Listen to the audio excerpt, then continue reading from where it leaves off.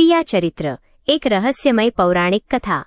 ઘણા સમય પહેલાની આ વાત છે, જ્યારે દેવર્ષિ નારદજીના મનમાં સંસારના ગૂઢ રહસ્યો જાણવાની ઈચ્છા જાગી। નારદજી પોતે જ્ઞાની હતા, પણ એક વિષય એવો હતો જેમાં તેઓ હંમેશા અટવાઈ જતા, અને તે હતો સ્ત્રીનો સ્વભાવ અને તેમના મનમાં ચાલતા વિચારો। આ જ પ્રશ્નનો ઉકેલ મેળવવા માટે તેઓ એક દિવસ પરમ જ્ઞાની ભગવાન ભોલેનાથ પાસે કૈલાશ પર્વત પર પહોંચ્યા। જ્યારે નારદજી ત્યાં પહોંચ્યા ત્યારે ભગવાન શિવ અને માતા પાર્વતી બિરાજમાન હતા।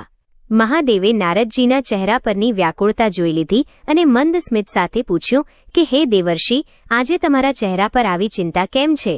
તમે કેમ આટલા પરેશાન દેખાઈ રહ્યા છો? ત્યારે નારદજીએ પ્રણામ કરીને પોતાની મૂંઝવણ વ્યક્ત કરી કે પ્રભુ, હું બધું જ જાણું છું, પણ સ્ત્રીઓના ત્રિયા ચરિત્રને સમજવામાં હું અસમર્થ છું। સ્ત્રીઓ ક્યારે પોતાનું મન બદલી લે અને ક્યારે કેવું વર્તન કરે તે કોઈ જાણી શકતું નથી। મારે આ રહસ્યને વિસ્તારથી જાણવું છે। ભગવાન ભોલેનાથે નારદજીની જિજ્ઞાસા જોઈને એક અત્યંત પ્રાચીન અને ગૂઢ કથા સંભળાવવાનું શરૂ કર્યું। તેમણે કહ્યું કે હે નારદ, આ સત્ય સમજવા માટે એક રાજાની વાર્તા સાંભળવી જરૂરી છે। એક ખૂબ જ સમૃદ્ધ રાજ્યમાં એક પ્રતાપી રાજા રાજ કરતો હતો। તેને એક પુત્ર હતો જે રૂપ અને બુદ્ધિમાં અજોડ હતો। તે સમયે રાજાઓમાં નાની ઉંમરે લગ્ન કરવાની પ્રથા હતી, તેથી માત્ર 14 વર્ષની ઉંમરે તે રાજકુમારના 7 લગ્ન થઈ ચૂક્યા હતા। રાજકુમાર નાનો હોવા છતાં ઘણો વિવેકી હતો। તેના પિતા વૃદ્ધ થતા હતા, તેથી તેમણે રાજકુમારને રાજ્યની જવાબદારી સોંપવાનું નક્કી કર્યું। રાજા બન્યા પછી પણ રાજકુમારમાં જરાય અભિમાન નહોતો। તે દરરોજ સવારે સામાન્ય વિદ્યાર્થીની જેમ પુસ્તકો લઈને ગુરુકુળ જતો અને સાંજ સુધી વિદ્યાભ્યાસ કરતો। એક દિવસ જ્યારે રાજકુમાર ગુરુકુળ જઈ રહ્યો હતો ત્યારે રસ્તામાં તેને એક અત્યંત સુંદર અને ચતુર પનિહારી મળી। પનિહારીએ રાજકુમારના હાથમાં પુસ્તકો જોઈને કટાક્ષમાં પૂછ્યું કે હે રાજન, તમે આટલા મોટા રાજા થઈને દરરોજ ક્યાં ભણવા જાઓ છો? રાજકુમારે ખૂબ જ નમ્રતાથી જવાબ આપ્યો કે હું મારા ગુરુ પાસે જ્ઞાન મેળવવા જઈ રહ્યો છું। ત્યારે પનિહારીએ એક એવો પ્રશ્ન કર્યો જેણે રાજકુમારની ઊંઘ ઉડાવી દીધી। તેણે કહ્યું કે શું તમારા ગુરુએ તમને ત્રિયા ચરિત્ર વિશે ભણાવ્યું છે? જો તમે આ વિષય નથી શીખ્યા તો તમારું આટલું ભણતર નકામું છે, કારણ કે એક રાજા માટે સ્ત્રીના ચરિત્રને સમજવું સૌથી વધુ જરૂરી છે। પનિહારીની આ વાત રાજકુમારના હૃદયમાં વાગી ગઈ। તે ગુરુકુળ પહોંચ્યો ત્યારે તેનું મન ભણવામાં નહોતું। તેણે તરત જ ગુરુદેવ પાસે જઈને ફરિયાદ કરી કે આપે મને અત્યાર સુધી આ વિષય કેમ ન શીખવ્યો? આપે મારાથી આ જ્ઞાન કેમ છુપાવ્યું? ગુરુદેવ ગંભીર થઈ ગયા અને તેમણે રાજકુમારને ચેતવ્યો કે બેટા, ત્રિયા ચરિત્રનું જ્ઞાન મેળવવું એ કોઈ રમત નથી। તે અત્યંત જોખમી છે અને તેને શીખતી વખતે કે જાણતી વખતે તારો જીવ પણ જઈ શકે છે। પણ રાજકુમાર પોતાની જીદ પર અડગ રહ્યો। અંતે ગુરુદેવે તેને આ વિદ્યા શીખવવાનું શરૂ કર્યું। પૂરા 1 વર્ષની સખત મહેનત પછી જ્યારે રાજકુમારનું શિક્ષણ પૂરું થયું ત્યારે ગુરુદેવે તેને વિદાય આપતી વખતે એક વિશેષ રહસ્યમય યંત્ર આપ્યું। તેમણે કહ્યું કે આ યંત્રને કાનમાં લગાવ્યા પછી તું અદૃશ્ય રહીને બધું જોઈ શકીશ, પણ તને કોઈ ઓળખી શકશે નહીં। ગુરુદેવે તેને આદેશ આપ્યો કે આજે જ અડધી રાત્રે તારે જંગલની પૂર્વ દિશામાં જવું અને ત્યાં જે કંઈ પણ જોવે તે ચૂપચાપ નિહાળવું। રાજકુમાર તે યંત્ર લઈને મહેલે પાછો આવ્યો અને અડધી રાતની રાહ જોવા લાગ્યો। ગુરુદેવના કહ્યા મુજબ રાજકુમાર અડધી રાત થવાની રાહ જોવા લાગ્યો। જ્યારે આખું રાજ્ય અને તેની 7 પત્નીઓ ગાઢ નિદ્રામાં હતા ત્યારે બરાબર રાત્રે બપોર વાગ્યે રાજકુમાર ચૂપચાપ મહેલમાંથી બહાર નીકળ્યો। જંગલનો રસ્તો ડરામણો હતો અને ચારે બાજુ સન્નાટો ફેલાયેલો હતો। ગુરુદેવે આપેલું રહસ્યમય યંત્ર તેણે પોતાના કાનમાં લગાવી દીધું હતું, જેના કારણે તે અદૃશ્ય જેવો થઈ ગયો હતો। તે પૂર્વ દિશા તરફ આગળ વધ્યો અને એક ઘટાદાર ઝાડ પાછળ છુપાઈને ઊભો રહી ગયો। થોડી જ વારમાં તેણે જોયું કે પેલી પનિહારી જેણે તેને ત્રિયા ચરિત્ર ભણવાની સલાહ આપી હતી તે હાથમાં ભોજનથી ભરેલી સોનાની થાળી લઈને ઉતાવળા પગલે જંગલની ઊંડાઈમાં જઈ રહી છે। રાજકુમારને આશ્ચર્ય થયું કે એક પરણેલી સ્ત્રી અડધી રાત્રે ભોજન લઈને ક્યાં જઈ રહી છે? જિજ્ઞાસાને કારણે તે તેની પાછળ પાછળ ચાલવા લાગ્યો। પનિહારી જંગલની વચ્ચે આવેલી એક નાની કુટીર પાસે પહોંચી। તે કુટીરમાં એક સાધુ રહેતો હતો જે વાસ્તવમાં કોઈ પવિત્ર સંત નહીં, પણ એક જાદુગર અને દુષ્ટ માણસ હતો। પનિહારીએ ત્યાં પહોંચીને સાધુના ચરણોમાં પ્રણામ કર્યા। સાધુએ ગુસ્સામાં પૂછ્યું કે તને આજે આટલું મોડું કેમ થયું? પનિહારીએ ધ્રુજતા અવાજે કહ્યું કે સ્વામી, મારો પતિ મને લેવા માટે આવ્યો છે, તેને સુવડાવવામાં મને વિલંબ થઈ ગયો. આ સાંભળતા જ સાધુ ક્રોધિત થયો અને બોલ્યો કે જો તારો પતિ તને લેવા આવ્યો છે તો તું તેની સાથે જ જતી રહે. અહીં તારું કોઈ કામ નથી. જે સ્ત્રી તેના પતિ વિશે વિચારે છે તે મારી થઈ શકતી નથી. પનિહારી રડવા લાગી અને વિનંતી કરવા લાગી કે હું તમારા વગર જીવી શકું તેમ નથી. ત્યારે તે કપટી સાધુએ પનિહારીની પરીક્ષા લેવા માટે અને પોતાના રસ્તામાંથી કાંટો કાઢવા માટે એક ભયાનક શરત મૂકી. તેણે એક તેજધાર છરો પનિહારીને આપ્યો અને કહ્યું કે જો તું ખરેખર મને પ્રેમ કરતી હોય તો અત્યારે જ ઘરે જા અને તારા સૂતેલા પતિનું માથું કાપીને અહીં લઈ આવ. જો તું આ કરી બતાવે તો જ હું તને મારી પત્ની તરીકે સ્વીકારીશ. રાજકુમાર આ બધું જોઈને સ્તબ્ધ થઈ ગયો. તેને લાગ્યું કે પનિહારી આ ક્રૂર કામ ક્યારેય નહીં કરે, પરંતુ તે ખોટો હતો. પનિહારીએ જરા પણ વિચાર્યા વગર તે છરો લીધો અને પોતાના ઘર તરફ દોડી. રાજકુમાર પણ તેની પાછળ ગયો. પનિહારીએ ઘરે જઈને જોયું કે તેનો પતિ નિસંકોચ નિદ્રામાં છે. તેણે નિર્દયતાથી છરો ચલાવ્યો અને એક જ ઝાટકે તેના પતિનું માથું કાપી નાખ્યું. ત્યારબાદ તે લોહીલુહાણ માથું એક કાપડમાં વીંટાળીને પાછી જંગલમાં તે સાધુ પાસે પહોંચી. સાધુએ જ્યારે તે કપાયેલું માથું જોયું ત્યારે તેનું હૃદય દ્રવી ઉઠવાને બદલે તે વધુ કઠોર બની ગયો. તેણે પનિહારીને ધિક્કારતા કહ્યું કે તું કેટલી નિર્દય છે. જે પતિની સાથે તે 7 ફેરા લીધા, જેણે તારા પર વિશ્વાસ કર્યો તેને તે સ્વાર્થ માટે મારી નાખ્યો. જે સ્ત્રી પોતાના પતિની સગી ન થઈ તે મારી શું થશે? ભાગી જા અહીંથી, નહીંતર હું તને જીવતી નહીં છોડું. પનિહારી અવાચક રહી ગઈ. તેણે બધું જ ગુમાવી દીધું હતું. તે રડતી રડતી પાછી આવી અને એક ભયાનક યુક્તિ વિચારી. તેણે તેના પતિનું કપાયેલું માથું ફરીથી ધડ સાથે જોડી દીધું અને સવાર થતાં જ જોર જોરથી રડવા લાગી. આખા ગામના લોકો ભેગા થયા. પનિહારીએ એવો ઢોંગ કર્યો કે જાણે કોઈ અજ્ઞાત લૂંટારાએ તેના પતિની હત્યા કરી હોય. ગામના લોકો તેની દયા ખાવા લાગ્યા અને જ્યારે અંતિમ સંસ્કારનો સમય આવ્યો ત્યારે તે સતી થવાનો મોટો નાટક કરવા લાગી. તે ચિતા પર બેસીને જોર જોરથી બૂમો પાડતી હતી કે મારે પણ મારા પતિની સાથે મરવું છે. રાજકુમાર આ બધું જ જોઈ રહ્યો હતો. તેને પનિહારીના આ ત્રિયા ચરિત્ર પર હસવું પણ આવતું હતું અને દ્રોણા પણ થતી હતી. ચિતા પાસે ઊભા રહીને રાજકુમારે મોટેથી કહ્યું, ત્રિયા ચરિત્ર જાણે ના કોઈ ઓર ખસમમાર કે સતી હોય. પનિહારી સમજી ગઈ કે રાજકુમાર બધું જાણી ગયો છે, પણ તે સમયે તે કાંઈ બોલી શકી નહીં અને સતી થવાનું નાટક પૂરું કર્યું. રાજકુમાર મહેલે પાછો ફર્યો, પણ હજુ તેની સામે એથી પણ મોટું રહસ્ય ખુલવાનું બાકી હતું. પનિહારીની ઘટના પછી રાજકુમારનું મન ભારે થઈ ગયું હતું. તેને લાગ્યું કે તેણે ઘણું બધું જોઈ લીધું છે, પણ ગુરુદેવના કહ્યા મુજબ હજુ બીજી રાત્રે પણ તેણે જંગલમાં જવાનું હતું. રાત્રે જ્યારે આખું રાજમહેલ સન્નાટામાં ડૂબેલું હતું ત્યારે રાજકુમાર ફરીથી પેલું જાદુઈ યંત્ર કાનમાં લગાવીને નીકળી પડ્યો. તે જ જંગલ અને તે જ રસ્તો હતો, પણ આ વખતે જે દ્રશ્ય તેની સામે આવવાનું હતું તેની તેણે કલ્પના પણ નહોતી કરી. પૂર્વ દિશામાં આગળ વધતા જ તેણે જોયું કે 7 સ્ત્રીઓ હાથમાં ભોજનની થાળીઓ લઈને તે જ સાધુની કુટીર તરફ જઈ રહી છે. જ્યારે તેઓ નજીક આવ્યા ત્યારે રાજકુમારના પગ નીચેથી જમીન સરકી ગઈ. તે 7 સ્ત્રીઓ બીજું કોઈ નહીં પણ તેની પોતાની 7 રાણીઓ હતી. જે પત્નીઓ પર તે અતૂટ વિશ્વાસ કરતો હતો, જેમના પ્રેમમાં તેને કોઈ ઉણપ નહોતી લાગતી, તેઓ અડધી રાત્રે ચોરી છુપીથી તે સાધુ પાસે જઈ રહી હતી. રાજકુમાર સ્તબ્ધ થઈને તેમની પાછળ ચાલ્યો. કુટીરમાં પહોંચ્યા પછી રાણીઓએ તે સાધુની પૂજા કરી અને ભોજન ધર્યું. સાધુએ હસીને પૂછ્યું, તમારો પતિ તો મોટો રાજા છે, શું તે તમને સુખ નથી આપતો? રાણીઓએ જવાબ આપ્યો, સ્વામી, રાજમહેલના સુખ તમારા પ્રેમ આગળ કાંઈ નથી, પણ તે રાજકુમાર હવે બધું જાણવા લાગ્યો છે. અમને ડર છે કે તે આપણને પકડી લેશે. ત્યારે સાધુએ રાણીઓને એક જાદુઈ ખીલી આપી અને કહ્યું કે જો તમે ખરેખર મુક્ત થવા માંગતા હોવ તો આ ખીલી આજે રાત્રે જ રાજકુમારના કપાળમાં ઠોકી દેજો. આ ખીલી વાગતા જ તેની બધી શક્તિ હણાઈ જશે અને તે જીવતા મરેલા સમાન થઈ જશે. પછી તમે તેને આસાનીથી મારી શકશો. રાજકુમાર આ બધું સાંભળીને ગભરાઈ ગયો.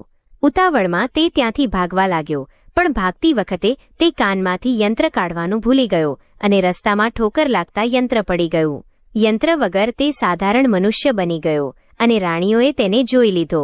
રાણીઓ સમજી ગઈ કે હવે જો તે મહેલ પહોંચી ગયો તો તેમની પોલ ખુલી જશે. રાજકુમાર જીવ બચાવીને મહેલ પહોંચ્યો અને 7 રાણીઓ પણ તેની પાછળ પાછળ આવી. મહેલમાં પહોંચ્યા પછી રાણીઓએ તરત જ પલટી મારી અને રડવા લાગી. સૌથી નાની રાણી, જેને રાજકુમાર સૌથી વધુ પ્રેમ કરતો હતો, તેણે રાજકુમારના ચરણ પકડી લીધા અને કહ્યું, મહારાજ, અમને માફ કરી દો. તે સાધુએ અમારા પર કોઈ જાદુ કર્યો હતો, જેના કારણે અમે વશમાં હતા. રાજકુમાર ભોળો હતો. તેને લાગ્યું કે કદાચ રાણીઓ સાચું બોલી રહી છે. તે પ્રેમમાં આંધળો થઈ ગયો અને તેમને માફ કરી દીધા. તે રાત્રે રાજકુમાર ગાઢ નિદ્રામાં હતો. ત્યારે સૌથી નાની રાણીએ તક જોઈને પેલી જાદુઈ ખીલી કાઢી અને પૂરી તાકાતથી રાજકુમારના કપાળમાં ઠોકી દીધી. ખીલી વાગતા જ રાજકુમારના શરીરમાં ભયંકર પીડા ઉપડી. તેનું શરીર નબળું પડવા લાગ્યું અને તેની રાજસી શક્તિઓ જતી રહી. રાણીઓએ તેને પકડવાનો પ્રયત્ન કર્યો, પણ રાજકુમારે મરણીયો પ્રયાસ કર્યો અને લોહીલુહાણ હાલતમાં જ બારીમાંથી કૂદીને ભાગ્યો. તે લથડતા પગે સીધો પોતાના ગુરુદેવના આશ્રમમાં પહોંચ્યો. ગુરુદેવે તેની આ દશા જોઈને કહ્યું, બેટા, મેં તને પહેલા જ ચેતવ્યો હતો કે ત્રિયા ચરિત્ર જોખમી છે. રાજકુમારે કરુણ અવાજે વિનંતી કરી, ગુરુદેવ, મને બચાવી લો, નહીંતર તે રાણીઓ અને સાધુ મને મારી નાખશે. ગુરુદેવે જોયું કે ખીલી જાદુઈ હતી અને તેને કાઢવી અત્યારે અશક્ય હતી. છેવટે ગુરુદેવે રાજકુમારનો જીવ બચાવવા માટે તેને પોપટ બનાવી દેવાનો નિર્ણય કર્યો. ગુરુદેવે જેવો મંત્ર ભણ્યો કે રાજકુમારનું માનવ શરીર સંકોચાવવા લાગ્યું અને જોતજોતામાં તે લીલા રંગના એક સુંદર પોપટમાં પરિવર્તિત થઈ ગયો. જો કે તેનું શરીર પોપટનું હતું, પણ તેની બુદ્ધિ અને વિચારવાની શક્તિ હજુ પણ એક જ્ઞાની રાજકુમાર જેવી જ હતી. ગુરુદેવે તેને આશીર્વાદ આપતા કહ્યું, બેટા, અત્યારે તારે આ જ રૂપમાં રહેવું પડશે. તારા કપાળમાં લાગેલી ખીલી તારા પ્રાણ હરી લેત, પણ પોપટ બનવાથી તારો જીવ બચી ગયો છે. હવે તું ઉડીને સુખવતી નામની જગ્યાએ ચાલ્યો જા. ત્યાંના ગાઢ જંગલોમાં તારા પર પેલા સાધુનું જાદુ કામ નહીં કરે. જે દિવસે તને કોઈ એવી સ્ત્રી મળશે જે તને નિસ્વાર્થ ભાવે પ્રેમ કરશે અને તારા માથાની ખીલી કાઢી નાખશે, તે દિવસે તું ફરીથી મનુષ્ય બની જઈશ. રાજકુમાર પોપટ બનીને આકાશમાં ઉડ્યો. તેને પોતાનું ઘર, રાજ્ય અને પત્નીઓ છોડવાનું ખૂબ દુઃખ હતું, પણ જીવ બચાવવો જરૂરી હતો. બીજી બાજુ 7 રાણીઓ અને પેલો કપટી સાધુ મહેલમાં રાજકુમારને ન જોઈને ગભરાઈ ગયા. સાધુએ પોતાની જાદુઈ પોટલી ખોલીને જોયું તો તેને ખબર પડી કે રાજકુમાર હવે મનુષ્ય નથી રહ્યો, પણ પોપટ બની ગયો છે. સાધુએ રાણીઓને આદેશ આપ્યો કે જો તે પોપટ જીવતો રહ્યો તો ગમે ત્યારે પાછો આવીને આપણો નાશ કરશે. આખા રાજ્યમાં જાહેરાત કરી દો કે જે કોઈ પણ પોપટ પકડીને લાવશે તેને 5 સોનાના સિક્કા આપવામાં આવશે. રાણીઓએ તરત જ બહેલિયાઓ, શિકારીઓને કામે લગાડી દીધા. સેંકડો નિર્દોષ પોપટોને પકડીને મહેલમાં લાવવામાં આવતા અને રાણીઓ તેમને નિર્દયતાથી મારી નાખતી, જેથી જો ભૂલથી રાજકુમાર પકડાયો હોય તો તે પણ મરી જાય. આ બધી હિંસાથી દૂર રાજકુમાર પોપટ બનીને સુખવતી નામના પર્વત પર પહોંચ્યો. ત્યાં હજારો પોપટો રહેતા હતા. રાજકુમાર તેમની વચ્ચે રહેવા લાગ્યો. તે ઘણો જ્ઞાની હતો, તેથી તે અન્ય પોપટોને મુસીબતના સમયે સાચી સલાહ આપતો અને તેમને જીવન જીવવાની કળા શીખવતો. થોડા જ સમયમાં તે બધા પોપટોનો લાડકો બની ગયો અને બધાએ ભેગા મળીને તેને પોતાનો રાજા જાહેર કરી દીધો.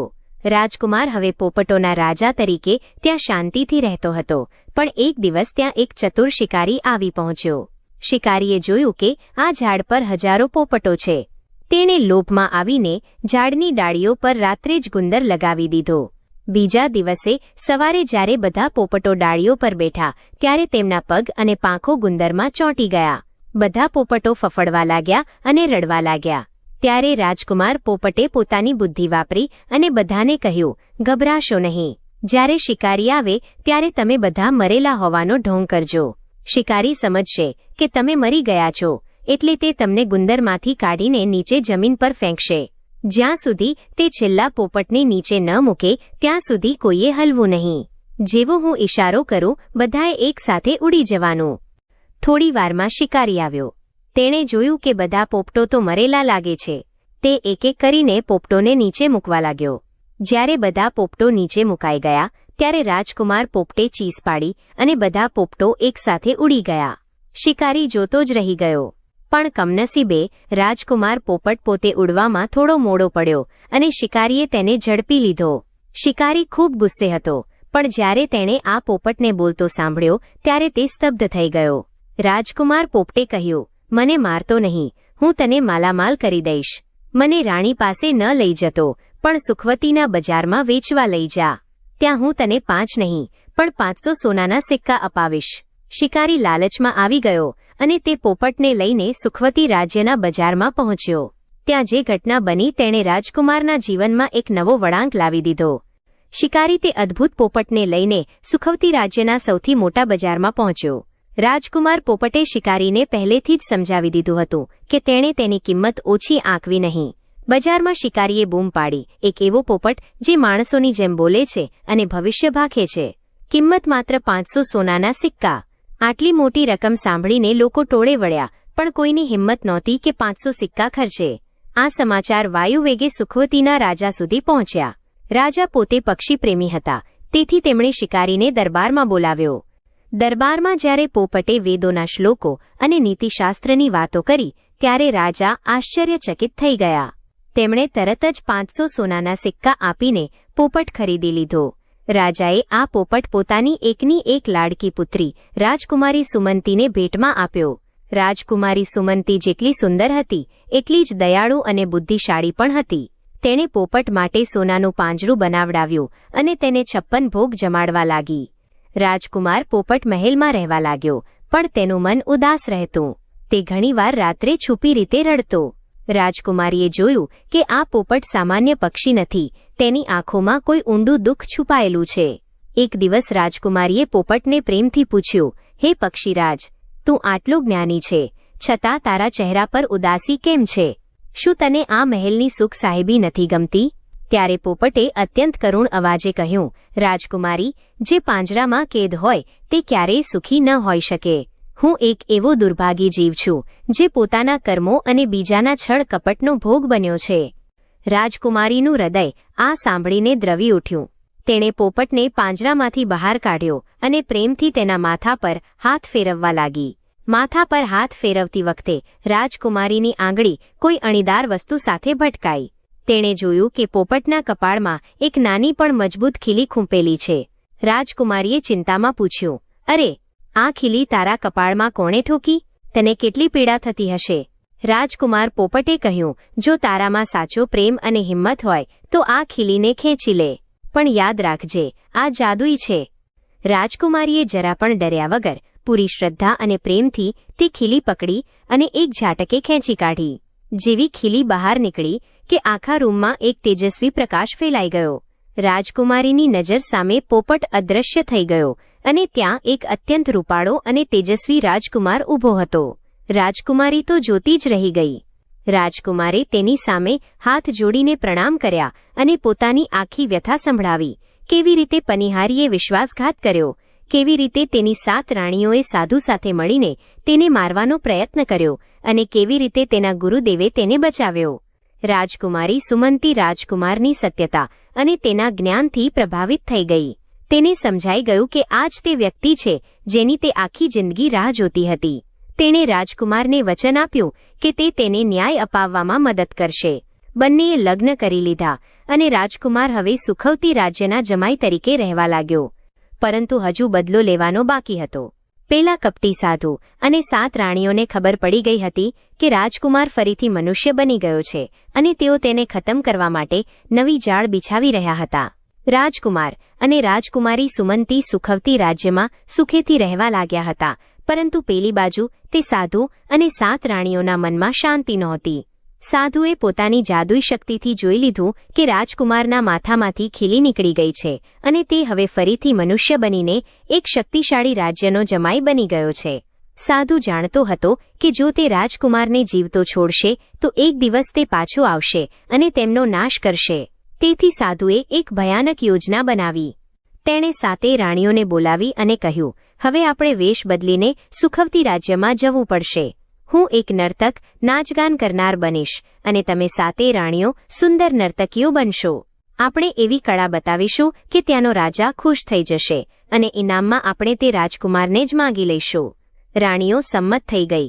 સાધુએ પોતાની માયાવી શક્તિથી 7 રાણીઓના રૂપ બદલી નાખ્યા અને પોતે એક વૃદ્ધ કલાકાર બની ગયો. તેઓ ગાતા વગાડતા સુખવતી રાજ્યના દરબારમાં પહોંચ્યા. દરબારમાં તેમનો કાર્યક્રમ શરૂ થયો. સાધુએ એવું સંગીત વગાડ્યું અને રાણીઓએ એવું મંત્રમુગ્ધ કરતું નૃત્ય કર્યું કે આખો દરબાર ડોલી ઉઠ્યો. રાજા એટલા ખુશ થઈ ગયા કે તેમણે જાહેરાત કરી, માંગો માંગો, આજે તમે જે માંગશો તે તમને ઇનામમાં મળશે. તકનો લાભ ઉઠાવીને પેલા વેશધારી સાધુએ કહ્યું, મહારાજ, અમારે સોનું ચાંદી નથી જોઈતું, પણ અમે સાંભળ્યું છે કે તમારી પાસે એક અદ્ભુત બોલતો પોપટ છે. અમને તે પોપટ ભેટમાં આપો. રાજા મૂંઝવણમાં મુકાઈ ગયા, કારણ કે તે પોપટ, જે હવે રાજકુમાર હતો, તેમની પુત્રીનો પતિ હતો. રાજાએ ના પાડી, પણ સાધુએ જીદ પકડી કે રાજાએ પોતાનું વચન પાળવું જોઈએ. રાજકુમાર, જે હવે માનવ રૂપમાં હતો, તે સમજી ગયો કે આ નર્તકો બીજું કોઈ નહીં પણ તેની જૂની રાણીઓ અને તે દુષ્ટ સાધુ જ છે. તેણે રાજકુમારી સુમંતીને ઇશારો કર્યો અને રાજાને કહ્યું, પિતાજી, વચનભંગ ન કરો. આ નર્તકોને જે જોઈએ છે તે આપો, પણ મારી એક શરત છે. રમત ખુલ્લા મેદાનમાં થશે. મેદાનમાં હજારો લોકો ભેગા થયા. સાધુએ પોતાનું અસલી રૂપ ધારણ કર્યું અને મંત્રો ભણવાનું શરૂ કર્યું. તેણે રાજકુમારને મારવા માટે પોતાની માયાવી શક્તિઓ છોડી.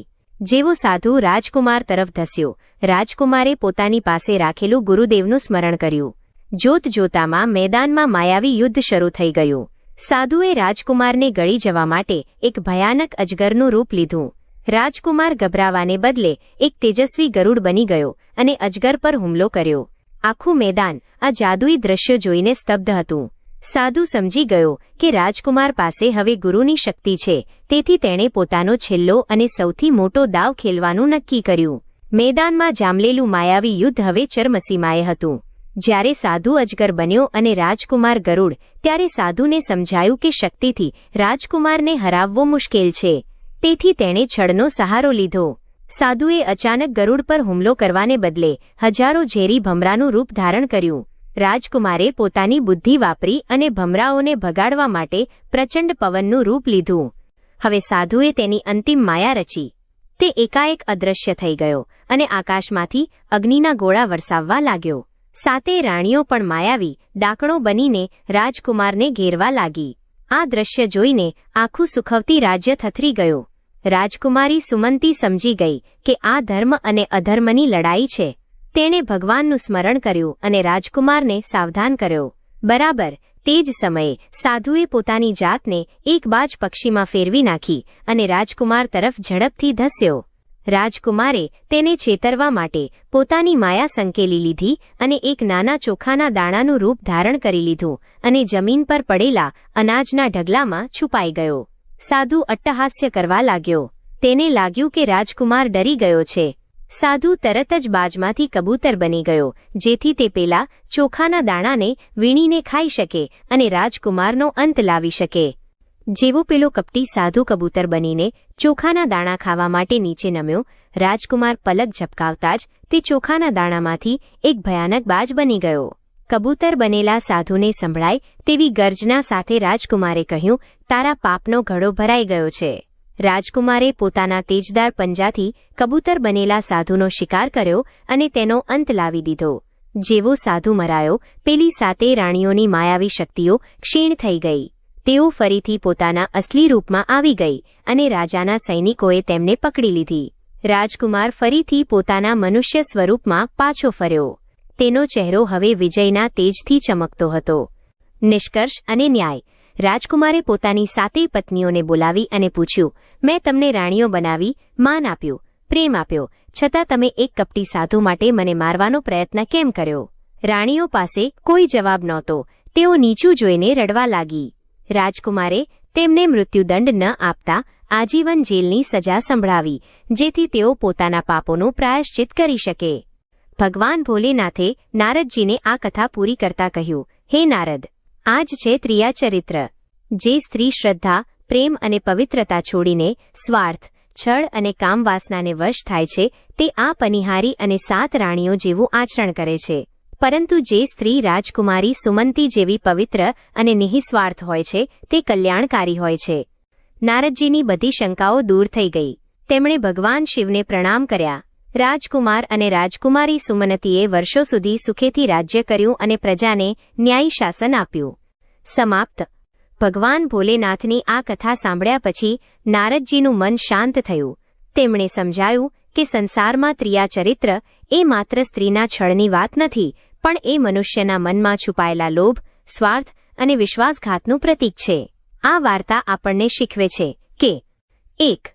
સાચો પ્રેમ વિરુદ્ધ સ્વાર્થ. જે પ્રેમમાં સ્વાર્થ હોય તે વિનાશ નોતરે છે, જેમ કે 7 રાણીઓ, પણ જે પ્રેમમાં ત્યાગ અને સમર્પણ હોય તે પથ્થર કે પ્રાણી બનેલા મનુષ્યને પણ નવું જીવન આપી શકે છે, જેમ કે રાજકુમારી સુમંતી. 2. વિશ્વાસ અને સાવધાની. કોઈ પણ વ્યક્તિ પર આંધળો વિશ્વાસ કરવો જોખમી હોઈ શકે છે. જ્ઞાન અને વિવેક જ માણસને મુસીબતમાંથી બચાવે છે. 3. કર્મનું ફળ. પેલી પનિહારી અને 7 રાણીઓએ ભલે ગમે તેટલા છળ કપટ કર્યા, પણ અંતે સત્યનો જ વિજય થયો અને તેમને તેમના કર્મોની સજા ભોગવવી પડી. આ કથા આપણને સતર્ક રહેવાની અને સાચા ખોટાની પરખ કરવાની પ્રેરણા આપે છે. જો તમે તમારા જીવનમાં કોઈના પર અતૂટ વિશ્વાસ કરતા હોવ તો એકવાર તેના ચરિત્ર અને વિચારોને જરૂર સમજજો. ચેનલ માટે ખાસ સંદેશ. મિત્રો, આ હતી ત્રિયા ચરિત્રની સંપૂર્ણ અને રહસ્યમય કથા. અમે આશા રાખીએ છીએ કે આ વાર્તા તમને ગમી હશે અને તેમાંથી ઘણું શીખવા મળ્યું હશે. લાઇક કરો. જો તમને આ વાર્તા અને રાજકુમારની બહાદુરી ગમી હોય તો વિડીયોને જરૂરથી લાઇક કરો. કોમેન્ટ કરો. તમારા મતે આ વાર્તાનો સૌથી મહત્વનો બોધ કયો છે? અમને નીચે કોમેન્ટમાં જણાવો. સબસ્ક્રાઇબ કરો. આવી જ અદ્ભુત પૌરાણિક કથાઓ અને રહસ્યમય વાર્તાઓ જોવા માટે અમારી ચેનલને અત્યારે જ સબસ્ક્રાઇબ કરો અને બેલ આઇકન દબાવવાનું ભૂલતા નહીં. શેર કરો. તમારા મિત્રો અને પરિવાર સાથે આ જ્ઞાનવર્ધક વાર્તા શેર કરો. ફરી મળીશું એક નવી વાર્તા અને નવા રહસ્ય સાથે. ત્યાં સુધી જોતા રહો અને શીખતા રહો. જય શ્રી કૃષ્ણ. જય ભોલેનાથ.